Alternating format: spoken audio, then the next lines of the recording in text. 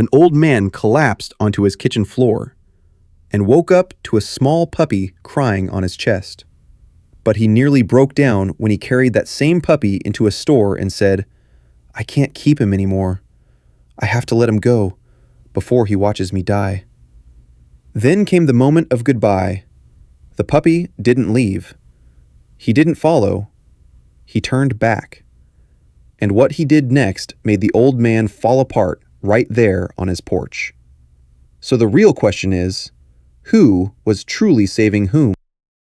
Early November settled over Cedar Ridge, Wyoming, with a dry, cutting wind and a sky the color of unpolished steel. It was just after 8 in the morning, the hour when ranchers stopped by the local feed store for grain and coffee before heading back out to their fences. The bell above the door chimed softly as it opened, then closed again against the cold. Thomas Bennett stepped inside, carrying a puppy in his arms.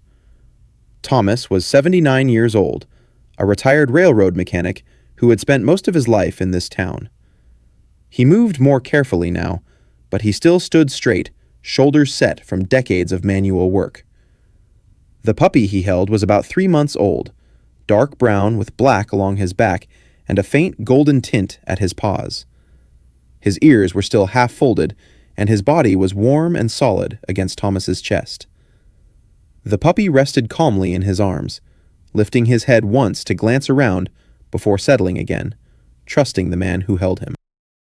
Behind the counter stood Emily Harper, 28, who had worked at the store for years.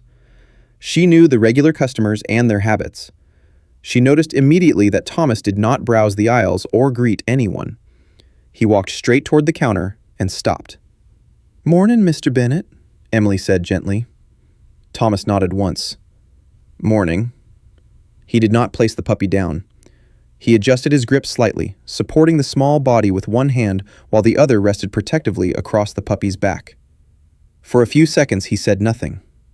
The store felt unusually quiet, the hum of the old refrigerator near the drinks section suddenly louder than before. Finally, he spoke. "I'm looking for someone to take him." Emily blinked. "Take him?" "To adopt," Thomas clarified. His voice was steady, but there was something tight at the edges. "I can't keep him." Emily's eyes dropped to the puppy. The little dog was clean, brushed, nails trimmed. He showed no signs of neglect. He leaned into Thomas's coat as though he had done so many times before. This was not an unwanted animal. "Is something wrong?" she asked. Thomas inhaled slowly. "I had a fall last week." He did not look at her as he continued. "Doctor says it's my heart. Nothing dramatic, but it's not something I can ignore. I passed out in the kitchen. Woke up a few minutes later with him lying on my chest." He glanced down briefly at the puppy, whose name was Milo. "He was making noise," Thomas added, "like he was trying to wake me up." At the far end of the store stood Jake Morrison, 36, a former Army infantryman who now worked as a mechanic in town. Beside him was Ranger, his 9-year-old German Shepherd, once a canine for the local police department. Ranger's coat had begun to gray around the muzzle, but his posture remained alert. He had lifted his head the moment Thomas walked in. Jake had not meant to listen, but the conversation drew his attention. He noticed how Thomas held the puppy close, how his hands tightened slightly whenever Milo shifted. Ranger rose to his feet, ears forward, watching the smaller dog without aggression. Milo noticed the movement and raised his head again, curious but not afraid. He shifted in Thomas's arms as if considering whether to wriggle free, but Thomas instinctively held him a little closer. Jake stepped forward, not intruding, just closing the distance enough to be part of the conversation. "He looks comfortable with you," he said quietly. Thomas gave a faint nod. "He is." Emily rested her hands on the counter. "You're sure about this?" she asked. Thomas hesitated. The wind outside pressed against the building again, and the glass rattled softly. He seemed to listen to that sound before answering. "I live alone," he said. "If something happens again and I don't wake up, he'll be stuck in that house. No one would know for a while. The words were not dramatic. They were practical, spoken by someone who had thought through the details. My daughter gave him to me before she moved to Texas, Thomas continued. Said I needed company. She was right. He paused. But company is still a responsibility. Milo stretched his neck toward Ranger, who remained still and observant. The older dog did not bark. He simply watched, calm and steady. Milo gave a small wag of his tail against Thomas's coat. Jake studied the scene. He had seen men cling to pride before. Thomas did not look proud. He looked afraid of making the wrong choice. I'm not trying to dump him, Thomas said, as if sensing the thought. I just want him somewhere safe. Jake met his eyes. Safe doesn't always mean somewhere else. Thomas did not respond immediately. He looked down at Milo again. The puppy blinked slowly and rested his chin against Thomas's forearm, completely at ease. Emily softened her voice.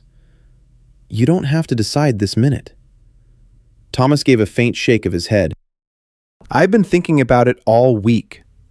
Maybe think a little longer, Jake said. I could stop by later, take a look at things. No pressure. Thomas studied him for a moment. Jake was younger, steady, and not speaking out of pity. Ranger stood beside him like quiet proof of commitment. All right, Thomas said at last. You can come by. He did not set Milo down. He did not loosen his hold. Jake noticed that detail most of all. Emily slid a small notepad across the counter. Write your address. Thomas shifted Milo carefully to one arm and wrote with the other. His handwriting was firm, if slightly slower than it might once have been. When he finished, he handed the paper back. Ranger took one slow step forward. Milo turned his head toward him, ears half lifted, curious about the larger dog. Ranger's gaze was steady but gentle. Thomas adjusted his grip again, almost unconsciously, as though protecting something fragile. He turned toward the door.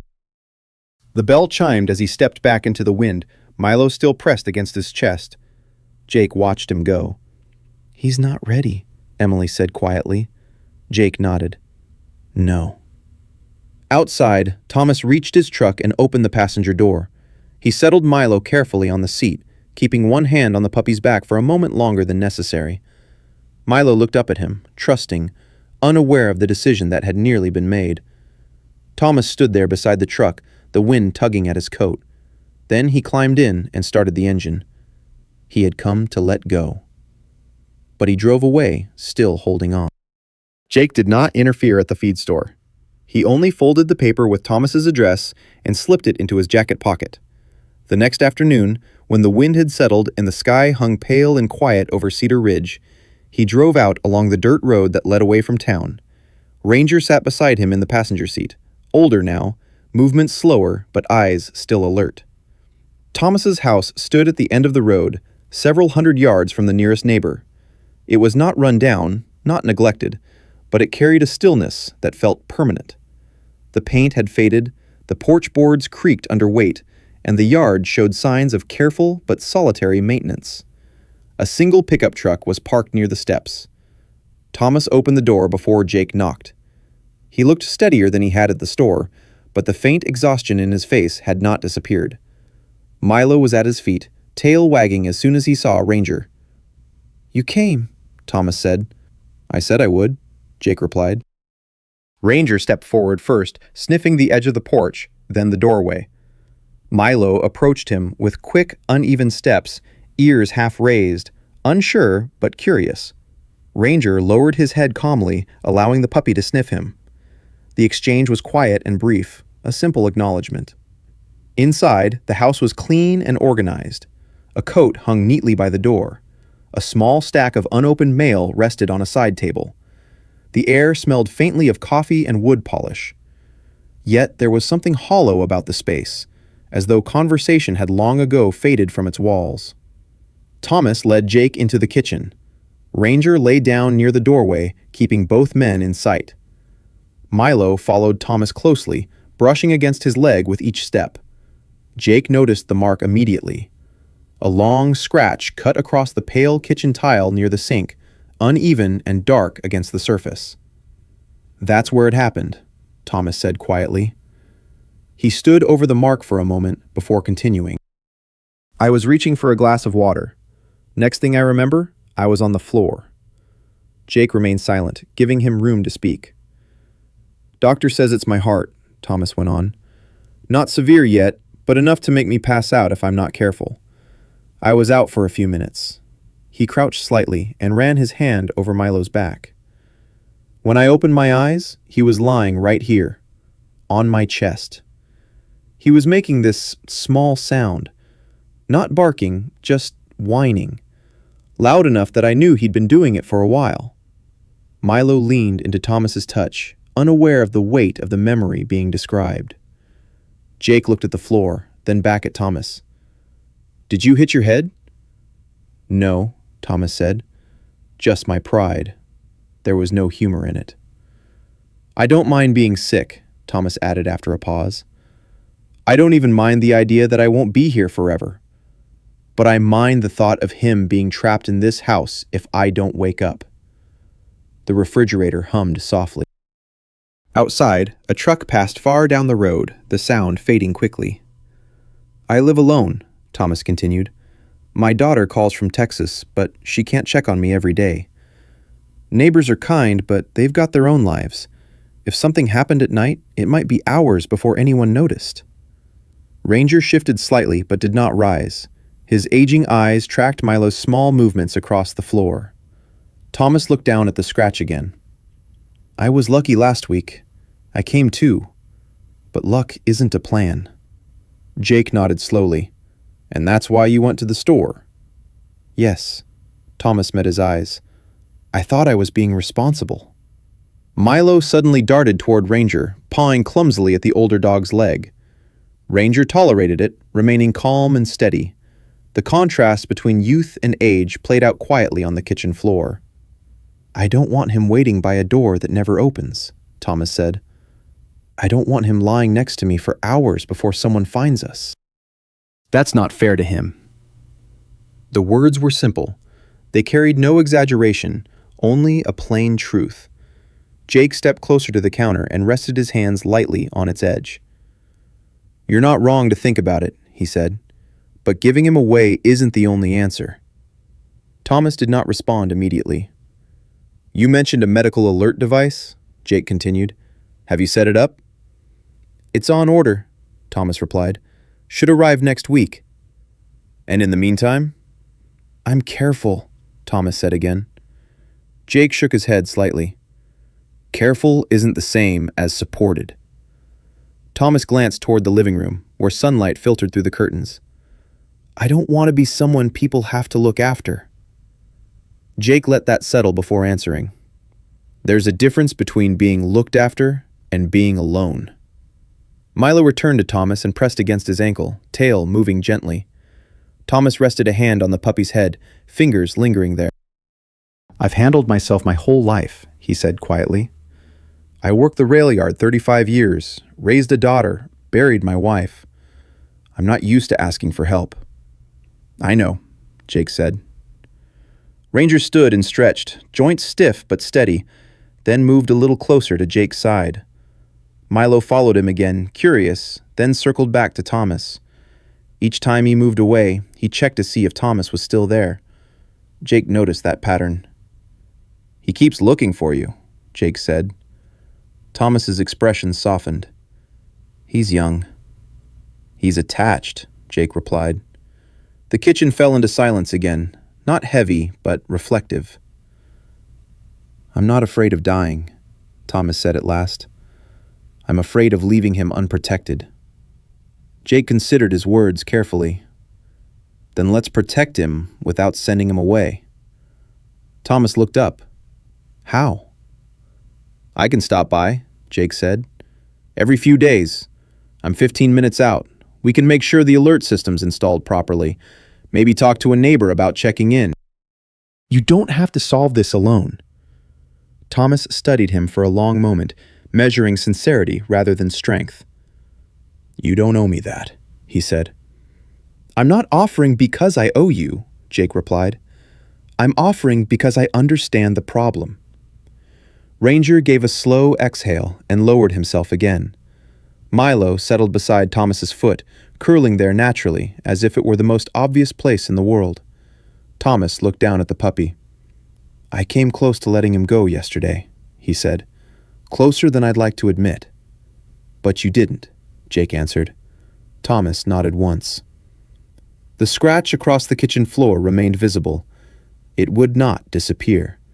It marked what had happened, but it no longer felt like a final line dividing before and after. It was simply part of the room now. "I'll think about what you said," Thomas said finally. "That's all I'm asking," Jake replied. When Jake stepped back outside, Thomas followed him to the porch. Milo trotted behind, then paused at the doorway, looking back toward the kitchen before stepping out. As Jake drove away, Thomas remained standing in the yard, feeling the cool air on his face. Milo stood beside him, close, but not clinging. The fall in the kitchen had been real. The fear was real, but so was the small, steady presence at his side. For the first time since waking up on that tile floor, Thomas felt less certain about letting go. Jake drove back to town that evening with the radio off.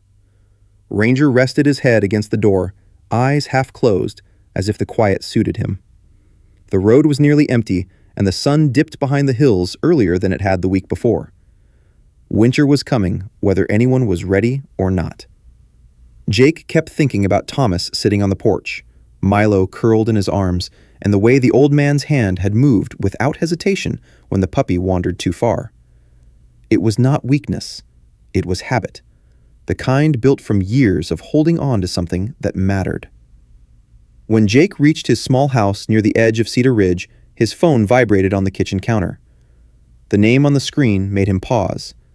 It was his younger brother, Aaron Morrison, 32, a high school history teacher who had stayed in their hometown after college and handled most of the practical matters concerning their father. Jake let it ring once more before answering. "You got a minute?" Aaron asked without greeting. "I do," Jake replied. Aaron did not circle the topic. "Dad's signing the papers next week. Assisted living. He can't keep up with the house anymore. Doctor says it's safer." Jake leaned back against the counter.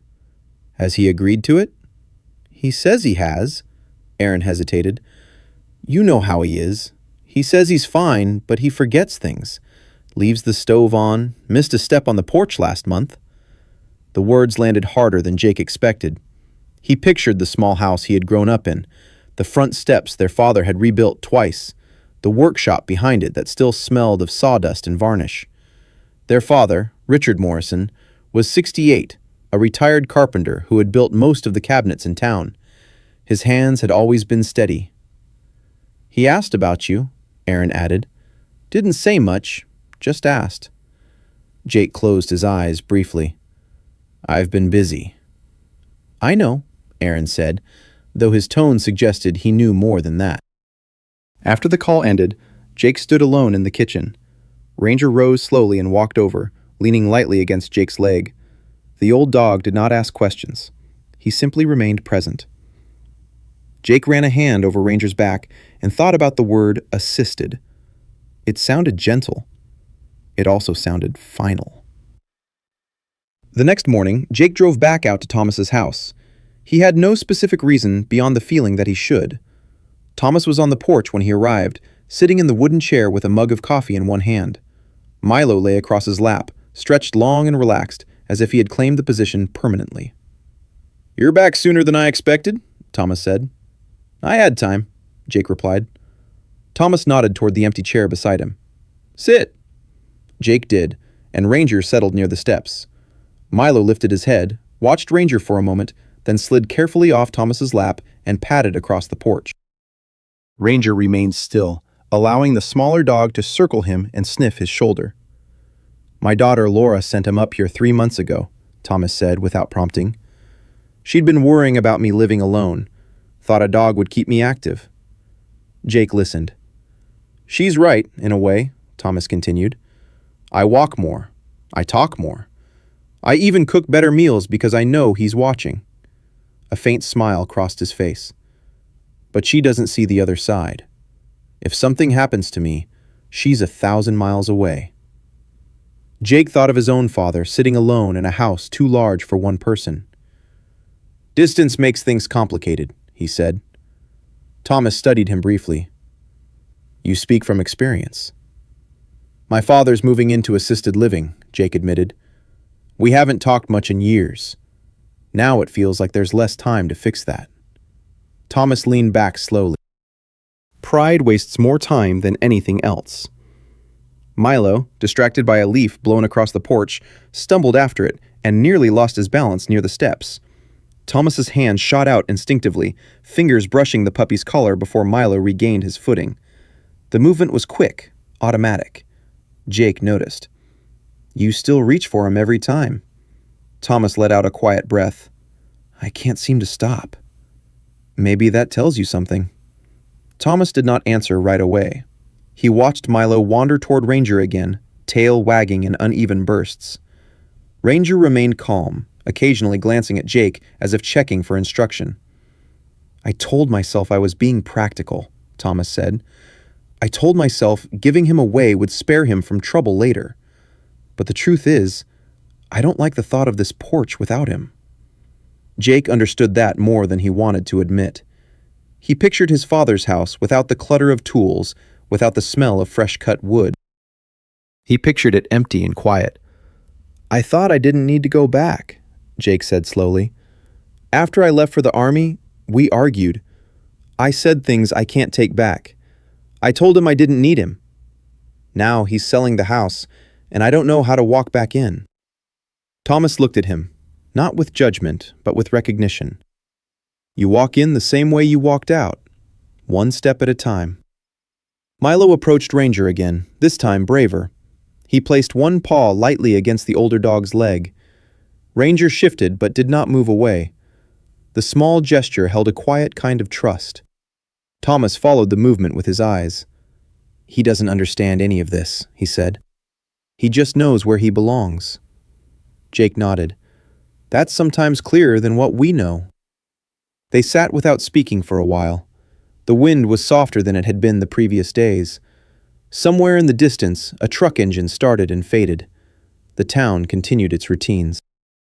"I ordered that medical alert device," Thomas said at last. "It should be here by Friday. I also spoke to Mrs. Caldwell next door. She's 74, retired school librarian, lives alone too. We agreed to check on each other every morning." "That's a start," Jake said. Thomas nodded.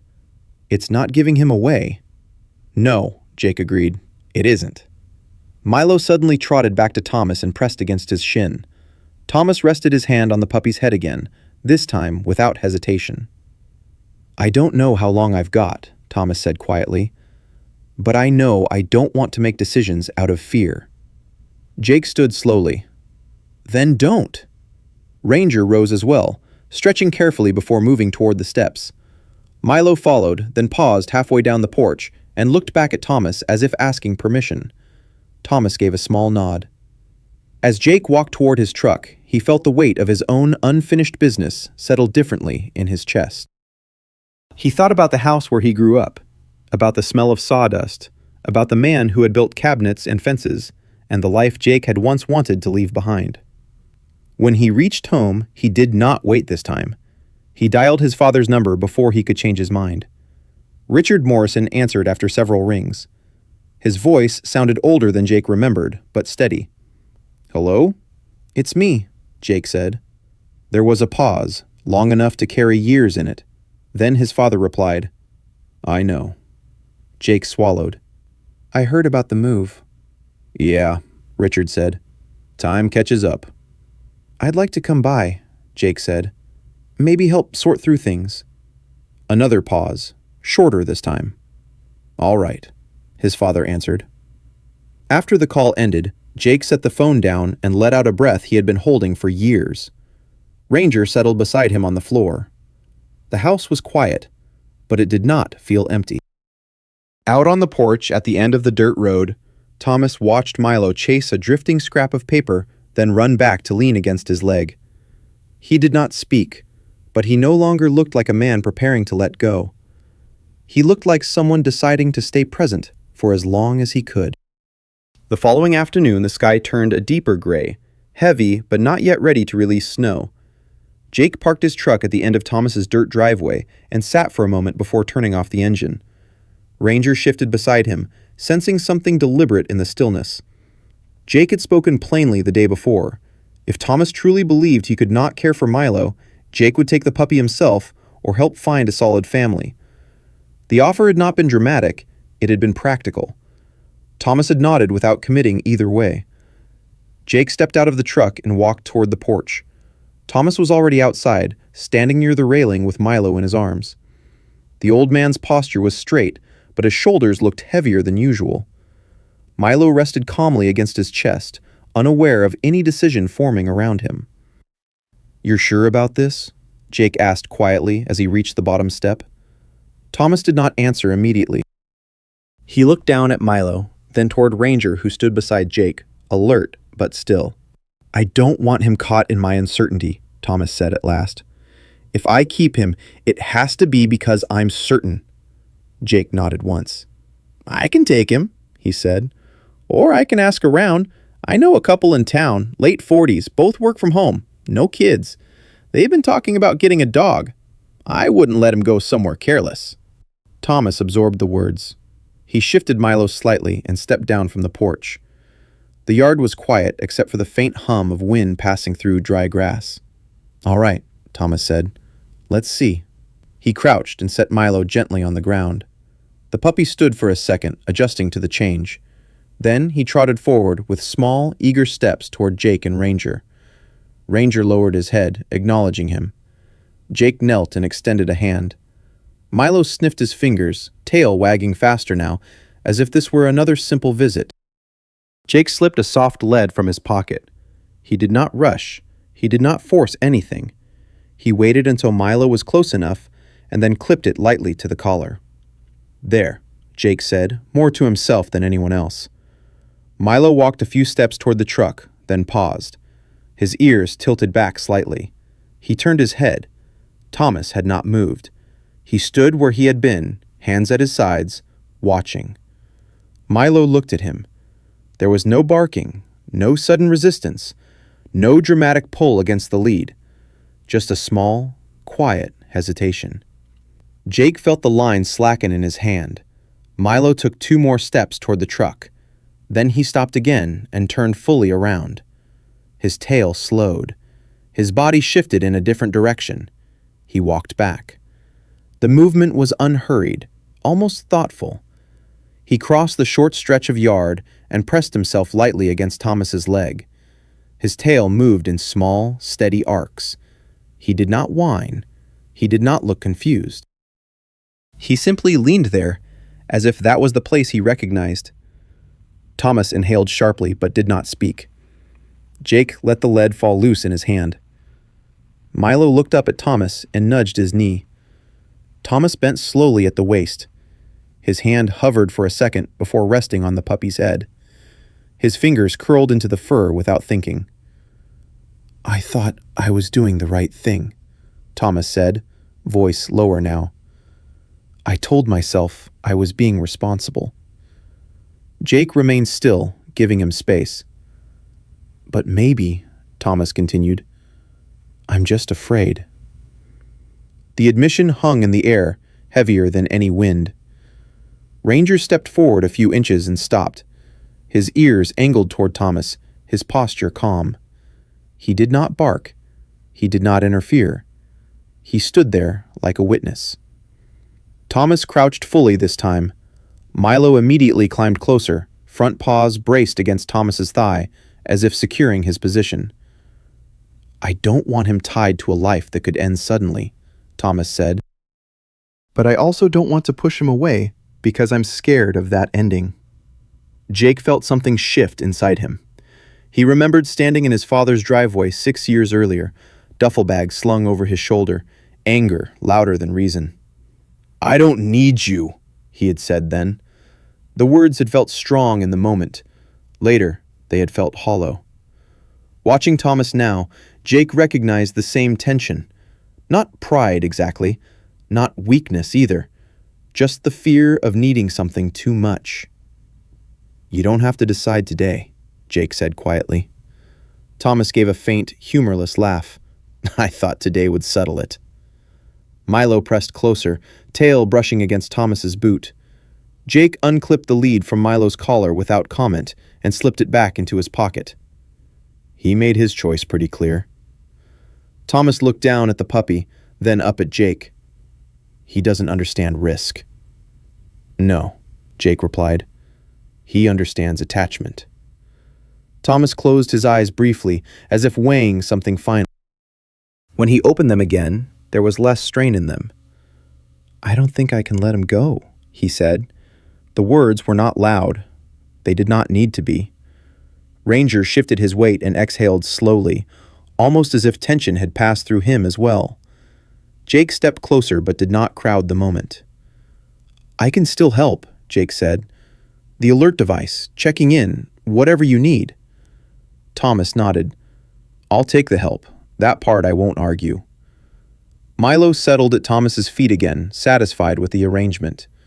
For a few minutes, none of them moved. The yard felt different now, less like a place of departure and more like something reclaimed.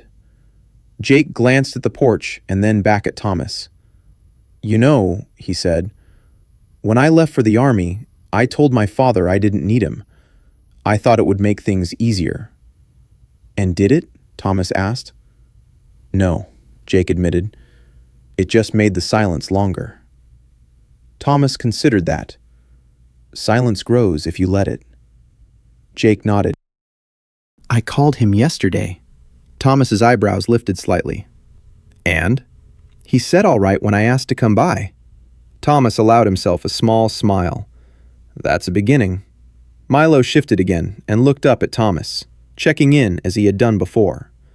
Thomas rested his hand on the puppy's head without hesitation this time. I don't know how much time I've got, Thomas said quietly, but I don't want to spend it shrinking away from what matters. Jake felt the weight of that settle into something steady rather than heavy. Then don't. Ranger turned toward the truck when Jake finally moved. Milo watched him go, but did not follow. He remained close to Thomas's leg, anchored. Jake paused at the driver's door and looked back once more. Thomas stood upright again, one hand resting loosely at his side, the other occasionally brushing Milo's back. There was no grand gesture, no dramatic embrace, just a man who had almost given something up and had chosen, instead, to keep holding on. As Jake drove away, he did not feel like he had failed in taking Milo. He felt like he had witnessed a decision made honestly. Behind him, Thomas remained in the yard until the truck disappeared from view. The wind moved lightly across the grass. Milo circled once and then leaned into Thomas's calf. Thomas looked down and exhaled, long and steady. I guess we're staying, he said softly. Milo wagged his tail, as if that had always been the plan. That night, after leaving Thomas's house and watching the porch light glow faintly against the dark, Jake sat at his kitchen table longer than usual. Ranger lay nearby, chin resting on his paws, breathing slow and even. The house was quiet in the way that only a single-occupant home can be quiet. Jake picked up his phone, set it down, picked it up again, and finally dialed his father's number. Richard Morrison answered after several rings. He was 68, a retired carpenter who had built cabinets, staircases, and half the kitchen tables in Cedar Ridge. His hands had shaped wood for 40 years, steady and precise. Hello, he said, voice cautious but not distant. It's me, Jake replied. A short silence followed. Not sharp, not hostile, simply unfamiliar. I know, Richard said at last. I heard you're moving, Jake continued. He kept his tone even. Yes, Richard answered. Your brother's been helping with the paperwork. It's time. Jake looked at the grain in the wood of his own table, remembering the workshop behind his childhood home, the scent of sawdust that had clung to his father's shirts. I was thinking of coming by tomorrow, he said, if that's all right. Another pause. That would be fine, Richard said. The call ended without ceremony. It was not warm. It was not cold. It was simply a door reopened a few inches. The next afternoon, Jake drove toward the house he had grown up in. The driveway looked narrower than he remembered. The porch sagged slightly on one side, and a stack of flattened cardboard boxes leaned against the railing, ready for packing. Ranger sat upright in the passenger seat, sensing change in the air. Richard opened the door before Jake knocked, as he had done when Jake was a boy returning from school. His posture was straighter than Jake expected, though age had slowed his movements. He wore a work shirt rolled at the sleeves, a habit he had never abandoned. "You found the place," Richard said. "I remembered," Jake replied. They stood facing each other for a moment. No one reached out. No one stepped back. "Come in," Richard said finally. The house smelled the same, a mix of old wood, coffee, and something faintly metallic from the tools stored in the back room. Several picture frames had already been taken down from the walls, leaving lighter squares behind. A few boxes sat half-filled near the couch. Ranger entered carefully, scanning the space before stepping fully inside. Richard noticed him and nodded once. "He's gotten older." "So have we," Jake said. They moved to the kitchen without discussion. The table in the center of the room had been built by Richard years ago. Jake ran his hand across its surface briefly before sitting down. Ranger settled beneath the table, as if recognizing the room's purpose. "I was going to fix that window frame before I leave," Richard said, gesturing toward the side wall, where a thin draft slipped through the edges. "Wood's warped." Jake stood and examined it. The lower corner showed wear, the seal no longer tight. "I can help with that," he said. Richard handed him a screwdriver without comment. They worked side by side, removing the trim, adjusting the alignment, fitting the wood back into place. Their movements were measured, familiar. Tools passed from one hand to the other without explanation. "You still work careful," Richard said after a while, watching Jake secure the final screw. Jake did not look up immediately. "I learned from someone." Richard gave a short nod. "You did." They returned to the table and sat. The silence that followed was not heavy. It was occupied, filled with the memory of shared tasks rather than old arguments. Ranger shifted beneath the table and, after a moment's hesitation, rested his head lightly against Richard's boot. The older man looked down at the dog, surprised but not displeased. He lowered his hand and let it hover briefly over Ranger's head before giving a slow, gentle stroke. "He remembers people," Richard said quietly. "He remembers steadiness," Jake replied. Richard leaned back in his chair. "Aaron told me you stopped by to see Thomas Bennett." Jake looked up. "You heard." "Small town," Richard said. "Word travels." Jake allowed a faint smile. "Thomas nearly gave his dog away. Thought he was doing the responsible thing." "And?" "He wasn't wrong to worry," Jake said. "He just wasn't sure whether he was acting out of responsibility or fear." Richard considered that. "Hard to tell the difference sometimes." Jake nodded. "He decided to keep him." Richard's hand remained on Ranger's head for another second before he withdrew it. "Good," he said. They did not speak of the argument that had divided them 6 years earlier. They did not mention the words that had cut deeper than intended. Instead, they spoke about practical matters, about which tools would be donated and which would go to the assisted living apartment, about whether the old truck would be sold or kept in the family, about how many boxes were left to pack. At one point, Richard stood and walked to a shelf near the hallway. He picked up a small wooden box and placed it on the table. "Made that the year you left," he said. "Was going to give it to you. Didn't." Jake ran his fingers along the smooth lid. "Why not?" Richard's expression remained steady. "Didn't know if you wanted anything from here." Jake opened the lid. Inside lay a simple folding knife, polished but unused, the kind Richard had carried in his pocket for decades. "I did," Jake said quietly. "I just didn't know how to say it." The admission did not erase the years. It shortened them. Ranger shifted again and placed more weight against Richard's boot, as if anchoring the moment. Richard looked down once more, this time with a faint softness in his eyes. "You staying in town?" Richard asked. "For now," Jake said. "I've got reasons." "Thomas?" Richard asked. "And you," Jake replied. Richard exhaled slowly. "That's enough." They did not embrace. They did not apologize formally. But when Jake rose to leave, Richard walked him to the door. The late afternoon light stretched long shadows across the yard. "Come by again," Richard said. "I will," Jake answered. As he walked back to the truck, Ranger paused at the threshold and looked back once, then followed. Jake glanced toward the house and saw his father still standing in the doorway, one hand resting against the frame as if testing its strength. Driving away, Jake felt the quiet shift inside him. Nothing dramatic had happened. No declarations had been made, yet the space between them felt narrower than it had the day before. When he returned home, the house did not seem as empty. Ranger moved to his usual place near the window and lay down. Jake sat at the table, the wooden box in front of him, and let the silence settle into something steady. At the end of the dirt road outside town, Thomas sat on his porch with Milo resting against his leg. He did not know the details of Jake's visit. He did not need to. He only knew that when he reached down to steady Milo near the steps, he did so without questioning whether the effort was worth it. Some distances close without announcement. They close because someone chooses to walk back through a door that once stood open.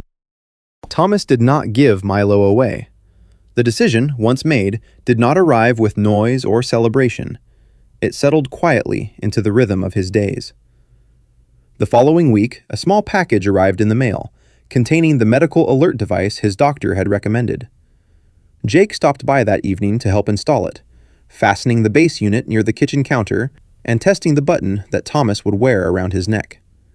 The soft chime that confirmed it was active sounded simple, almost ordinary, but it changed the room in a way that no one mentioned aloud.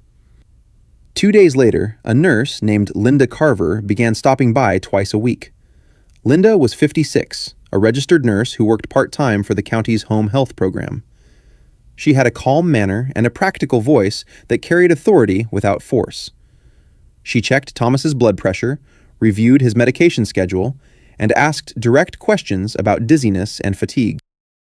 Milo watched her closely at first, then decided she was safe and followed her from room to room during her visits. Linda scratched behind his ears once before leaving the first day and said, "He's good company." Thomas nodded, as if that were an understatement. Thomas also spoke again with his neighbor, Margaret Caldwell, 74, a retired school librarian who lived alone in the house across the narrow stretch of field. They agreed to call each other every morning at 9. If one of them did not answer, the other would walk over. The arrangement was simple, built more on mutual understanding than obligation. None of this happened because Thomas suddenly felt stronger. His heart condition remained unchanged. Some mornings he woke with a heaviness in his chest that forced him to sit on the edge of the bed longer than he liked. But he no longer felt as if he were making decisions from a place of panic. He was making adjustments. There was a difference. Winter arrived slowly, then all at once. By December, frost coated the porch rails at dawn. Milo grew quickly during those months. His ears straightened fully, his legs lengthened, and the clumsy uncertainty in his gait gave way to confidence. Each morning, as Thomas opened the door to let him into the yard, Milo burst forward with youthful energy, circling the patch of ground near the fence. Yet he never ran too far. After a few strides, he would stop, glance back toward the porch, and check that Thomas was stepping down behind him. Thomas noticed the pattern before he admitted it.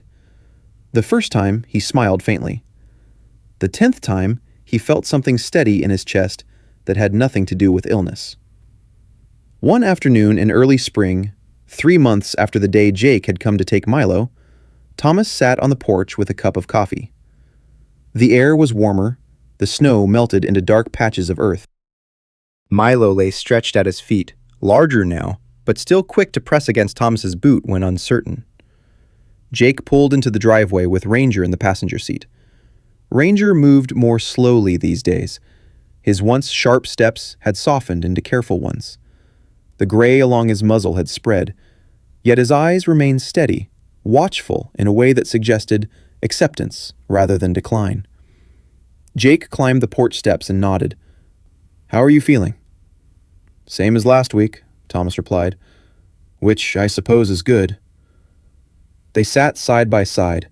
Ranger lay near the steps, lowering himself carefully before resting his head on his paws. Milo approached him with familiar ease, tail wagging in confident arcs. "I still think about that day," Thomas said after a while, "when you came to take him." Jake leaned back in the chair. "So do I." "I was convinced I was doing the right thing," Thomas continued. "But the right thing isn't always the one that feels safest." Jake nodded once. "Fear sounds reasonable when you dress it up properly." Thomas gave a short breath that might have been a laugh. "I'm not fearless now. I still worry that one morning I won't wake up." "And?" Jake asked. "And I don't want that worry to decide how I live the day before it happens." The statement was not dramatic. It was simple, direct. Jake looked toward the yard where Milo was circling Ranger. "He's grown." "Too fast," Thomas said. "He eats like he's preparing for something." They sat in comfortable silence for a moment. Jake had begun bringing his father along on some of these visits. Richard Morrison moved into the assisted living apartment 2 weeks earlier. The place was modest but clean, with staff who checked on residents regularly.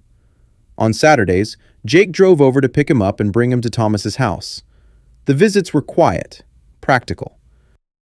Richard would sit on the porch and comment on the fence posts, or offer small suggestions about reinforcing the shed door before the next winter. He and Thomas found an easy understanding in shared age and shared stubbornness. The first time Richard came, Ranger had approached him without hesitation and leaned gently against his leg. Richard had rested his hand on the dog's back with slow appreciation. Since then, Ranger often lay near Richard's boots during those visits, as if extending an invitation into his circle. The house at the end of the dirt road no longer felt hollow. Margaret Caldwell stopped by occasionally with a stack of library books she insisted Thomas might enjoy. Linda continued her weekly check-ins, efficient and kind. Jake's truck became a familiar sight in the driveway. On certain afternoons, Richard's voice joined the quiet rhythm of the porch. No miracle had occurred. Thomas's heart did not strengthen beyond its limits. Some days he moved more slowly. Some days he cut his walks short. Jake still struggled with words he had never said to his father. Richard still carried the pride of a man unused to assistance. Ranger's steps grew heavier as the months passed, but the house was not silent in the way it once had been. One evening, as the sun lowered behind the hills, Thomas stood at the door with Milo waiting at his side. The yard glowed in the soft light. Milo sprang forward as usual, then paused halfway across the grass. He turned his head and looked back toward the porch. Thomas stepped down carefully, one hand on the railing. Milo watched until both of Thomas's feet were on the ground. Only then did he resume his run, circling the yard with renewed enthusiasm. Jake, who had arrived minutes earlier, observed the exchange. He did not comment immediately. "He checks," Thomas said quietly. "He does," Jake replied. "I suppose one day he won't need to." "Maybe," Jake said. "Or maybe he always will." Thomas looked at him. "I'm not keeping him because I believe I'll live forever." "I know. I'm keeping him because I don't want to let fear shrink what's left." Jake nodded. He understood more than he had months ago. Ranger rose slowly and walked toward Richard, who had stepped out of the truck with measured movements. Richard leaned slightly on his cane, adjusting to the uneven ground. Ranger reached him and rested briefly against his leg. Richard steadied himself with a hand on the dog's shoulder. "Good to see you standing," Richard called toward Thomas. "Still here," Thomas answered. They gathered on the porch as the light faded. Conversation moved easily from fence repairs to weather forecasts to the cost of feed in town. Milo lay at Thomas's feet, head resting across the older man's boot. Ranger stretched out near Richard, eyes half closed. There was no grand resolution to the story unfolding in that yard. Time would move forward. Thomas's heart would remain fragile. Ranger would not regain the strength of his younger years. Jake would continue learning how to be present in ways he had once avoided. And one day, Milo would face a goodbye he could not understand. But for now, when the door opened each morning and Milo bounded into the yard, he always stopped halfway, turned his head, and looked back. And Thomas always followed. This story was never truly about a man who almost gave his dog away. It was about the quiet battles people fight when they grow older. The fear of becoming a burden, the fear of being alone, the fear of leaving something unfinished. Thomas believed letting Milo go was an act of responsibility. In truth, it was fear speaking softly, dressed as logic. Milo did not understand heart conditions or the possibility of loss. He understood one simple thing: where he belonged. And every morning when he ran into the yard and turned back to make sure Thomas was following, he was teaching something powerful. Love does not demand guarantees. It simply stays. Jake learned the same lesson in a different way. Pride can create distance, but courage can close it. Sometimes healing does not come through grand apologies.